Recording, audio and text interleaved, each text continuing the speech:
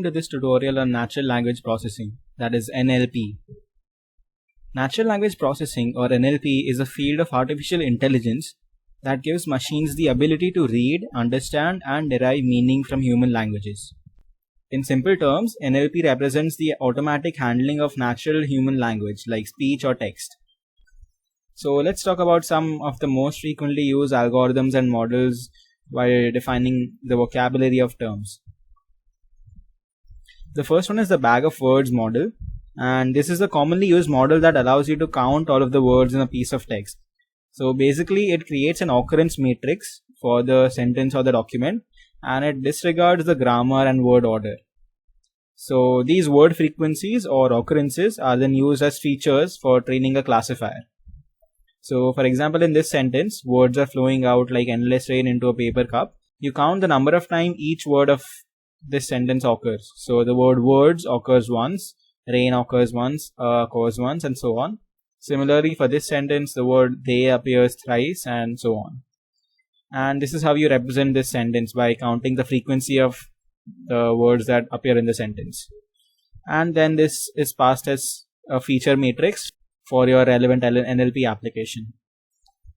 This approach may reflect several downsides like the absence of semantic meaning and context, and the fact that stop words, that is words like the or they and so on, they add noise to the analysis and words are not weighted accordingly. So the word universe is weighted once, so we count that once, and the word they is weighted thrice.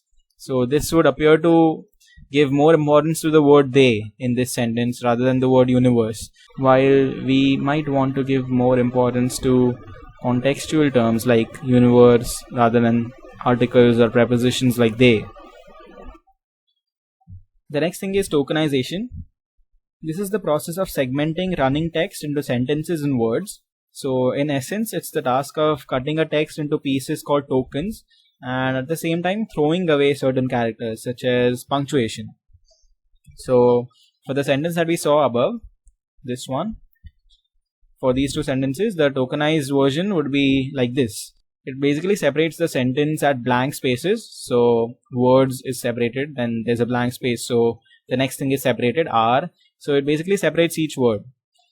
But this splitting on blank spaces may break up what should be considered as one token.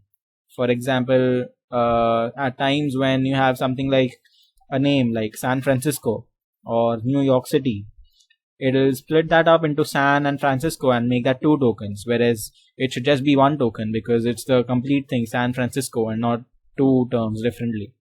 So that is one of the drawbacks of this model. And the other drawback is that it can remove punctuation. So you may lose the meaning that is derived from punctuation. For example, exclamation marks or question marks or commas and so on.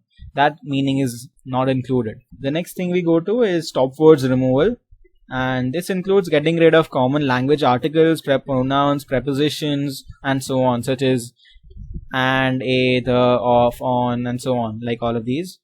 And in this process, some very commonly used words that appear to provide little or no value, such as these, are filtered and excluded from the text to be processed.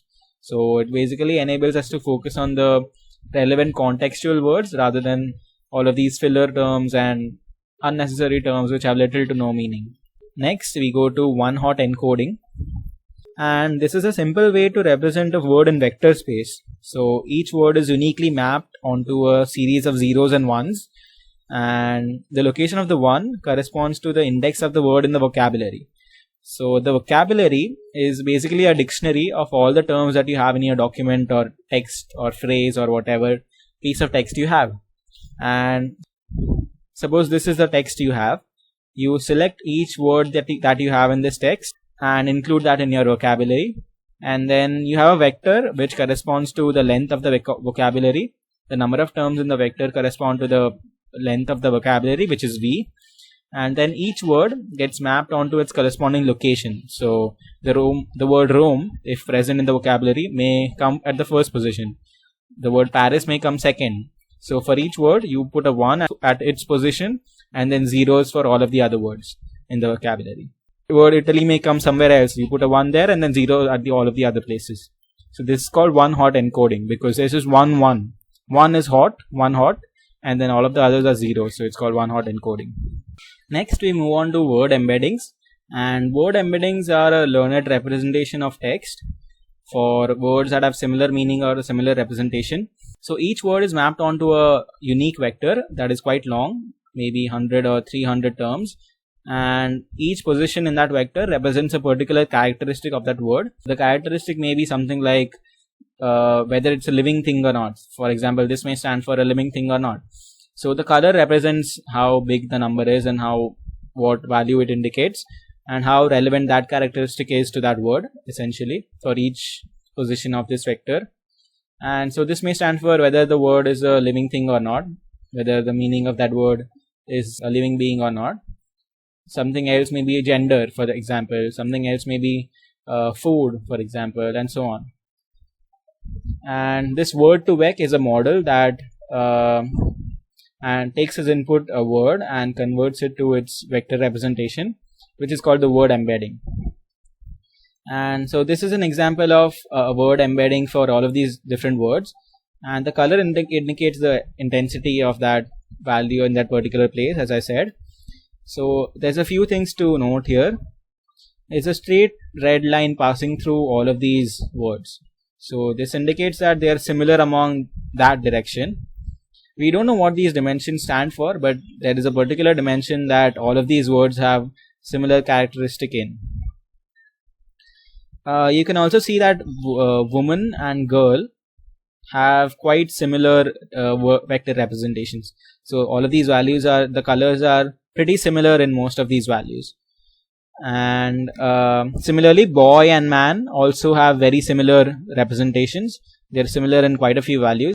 Girl and boy also have places that are similar to each other, but they're different from woman and man in those places.